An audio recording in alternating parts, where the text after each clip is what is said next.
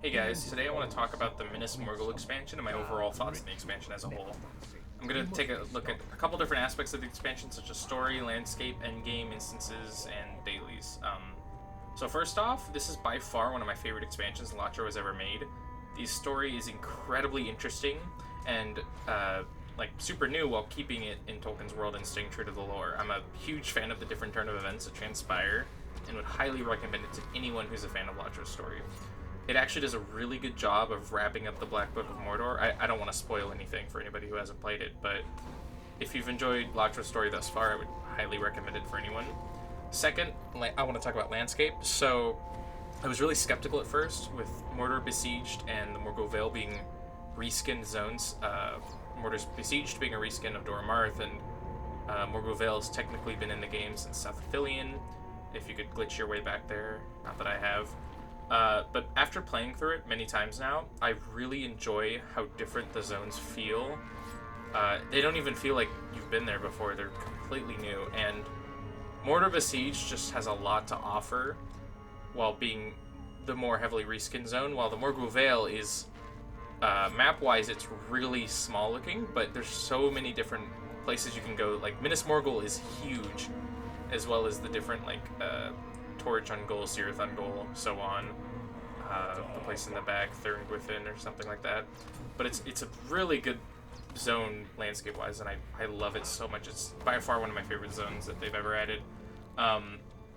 Endgame, there's 4 instances right now in the game. 2 of them are rather short, which is good, and 2 of them are rather long. So you have kind of a variety between the shorter instances and longer instances, and I love all 4 of them. I think my least favorite is probably Harrowing of Morgul. It's just kind of short and there's not really a reason to do it.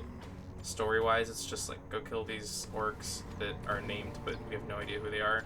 Where the others kind of have some story behind them and there's some reason you're there, even though some of them are rather quick.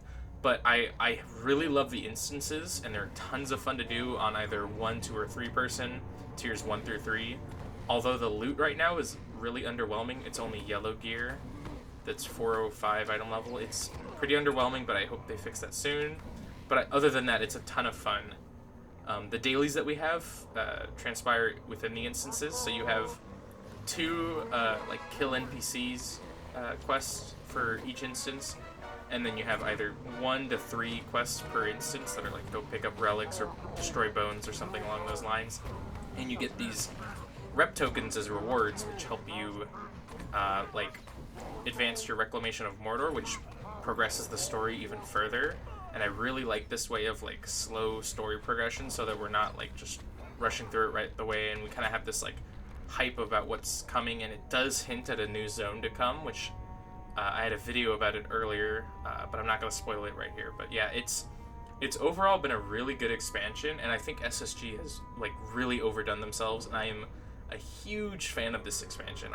I was super skeptical about how bad Mordor was, but after playing through most of Minas Morgul, doing all the instances a couple times on different tiers, leveling a character to 130, taking my time enjoying the story, I love this expansion, and I really hope more people get to try it out, because I know a lot of people are probably not going to return after Mordor, but this has done a really good job at kind of bringing back that LOTRO feel. Without having nothing to do with endgame, there's quite a bit of content to do, and the 120 boost that they've added to get to 120 actually lets you play right off the bat. You get 2 legendary items that are at level 490, I think, so you actually don't have to go back and grind your LIs, and you get virtues and everything, all your traits. It's a really well done expansion, and I want to thank SSG for putting so much work into it. But yeah, that's all I really wanted to talk about. It's been a great expansion, and I really hope more people try it out. So yeah, thank you guys for watching.